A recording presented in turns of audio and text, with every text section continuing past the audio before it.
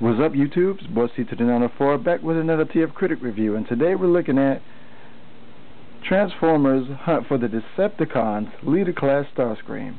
And here we have him in his F-22 Raptor mode, and you can see it's really sleek. It's pretty much the same design from the Revenge of the Fallen.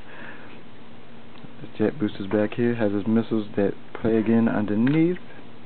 There's a little peg on there. Really nice. Has his weapon that plugs in under here. You can just flip that out and unpeg it. Has a little rotator piece on there that allows it to plug in and rotate out. Nice little landing gear. Has a purple Decepticon symbol here. There's a button. When you press that, you get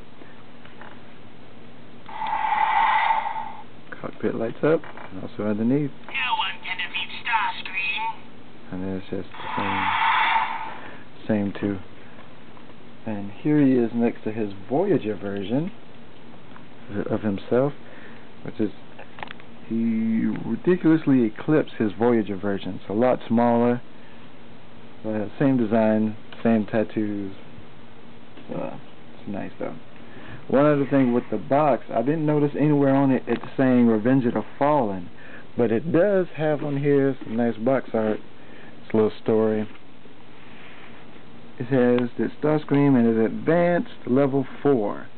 Now, if they add the number 5, they're obviously working on figures that will be a conversion level of 5. And those are the figures I'm really looking forward to, because I was able to transform Starscream without the instructions, but it wasn't easy. I'll say that. It was not an easy task. So I transformed this guy, flip his landing gear up. First thing you probably want to do is just go ahead and unplug the legs from under here, unplug it from back here. It's just all one huge piece. That's all his legs right there. As you can see, the jet itself is pretty much untouched. And what you want to do is bring the legs down. They're attached here in the middle. Unpeg it, and what you want to do is bring the hips all the way up and over. Excuse me. So, anyway, back to the review. When it comes to his legs, what you want to do, so I bring this flap up, bring the foot forward. This piece is going to rotate over onto the back. Heel spur. Same thing on the other side. Rotate this piece around. It's on a hinge. You'll need to double hinge it to get it around to the back, to where it's like a little shock system.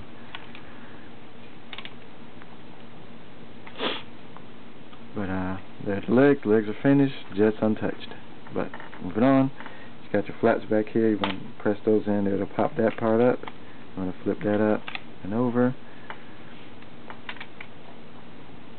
and then you want to push these flaps out. You want to push these in, well, pull them out rather. They're on the slider, and they're spring loaded, so they'll flip up on their own. Same on both sides. Easier if you just put them underneath, well, at least easier for me. You don't have to worry about them flopping all over the place because they're spring loaded anyway, even if you put them on the back outside. Then you want to push the arms out, get the flap out of the way, you can get the arms out. And now the arms are just like the Voyager version. They're hooked together in the middle with a slider. You want to unhook those. And when it comes to the arms and the shoulders, that's where it gets a little complicated, because you want to get these pieces up. So flip those out. That'll be part of the shoulder piece, and you can see they hinge. They have a hole in it. On the shoulder, you'll need to, that flap that was plugged into the wing, you'll need to double hinge that forward, or down towards the bottom of the jet. You'll need to get this gray piece out from behind the flap.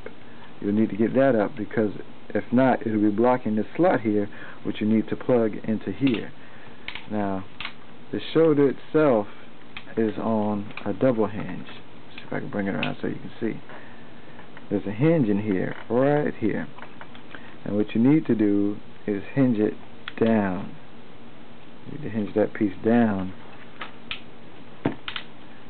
so to help line to bring it forward to line it up when you plug it into here.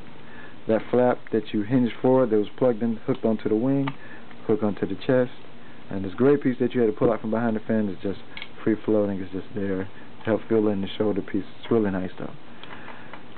Go ahead and do the same on the other side. Hinge that down. Need to hinge that forward. Get that gray piece from behind there. Pick it up, plug it in, plug in the wing flap. Arm down and around, straighten it out if you want. Come up here onto the top. You have this flap here. Put onto like that. But the transformation noise comes from this button here. When you push it, then you let it go. And of course, when this cockpit is all the way up, it presses against the button to keep it from transforming. Then of course, when you flip it down far enough, it releases the button, getting the transformation sound. You want to bring that flap up. When you bring this part up onto his back, you want to lift these flaps up, as you can see here. Hinge up to his back to get the fins to hanging over more over his head so you can see him. Now what you want to do with this piece, when it's flat like that, it'll block the cockpit from snapping in. What you want to do is hinge it down so the cockpit can plug into there. Then you collapse all of this in.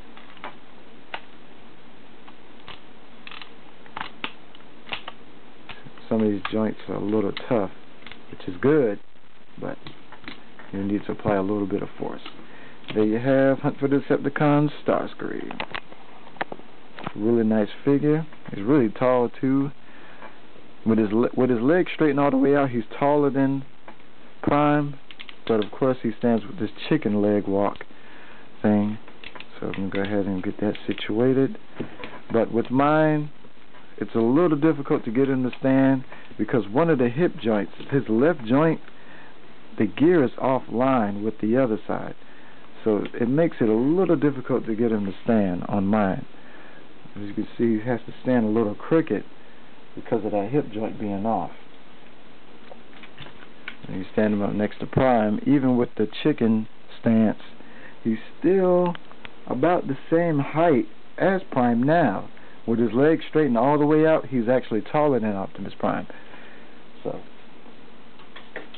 Starscream must have been working out, because he has grown a lot from his Voyager version. You can see he's almost twice as tall now. But he has some nice gimmicks. He has a little red switch underneath on both arms. This arm you get the missiles. This arm you get the Gatling gun. It's really nice. Both hands have the hole in the back of them. As you can see, the arm has two thumbs that are individually articulated, but the hand has a hole in the back of it, which you can plug the missile into his weapon. Plug that into there. He has Starscream with his weapon, and he has this panel on his chest where you get the No one can defeat Starscream. and Decepticons will crush the Autobots. the best part about it is that you can turn his head, and when the head is turned, you still get the mouth No one movement. can defeat Starscream. So that's a really nice touch. The weapon store is back here on his back. He has this peg back here that plugs in. Stand up there. The other missile, you still have access to the same holes that held them in the F-22 Raptor mode, so you can still plug them onto his back there. So overall, Starscream is a really great figure. I mean, the engineering and design that went into this figure, I can see why it took so long to get it out, but it's a beautiful figure, and I don't honestly, I guess without nitpicking, you can't really find anything wrong with him. So I guess today's question would be, what took so long, Hasbro? What's up with that? You know, so we should have got this figure 3 years ago in the 07 movie. But if we got this in the 07 movie, what would it have now? I can't even imagine.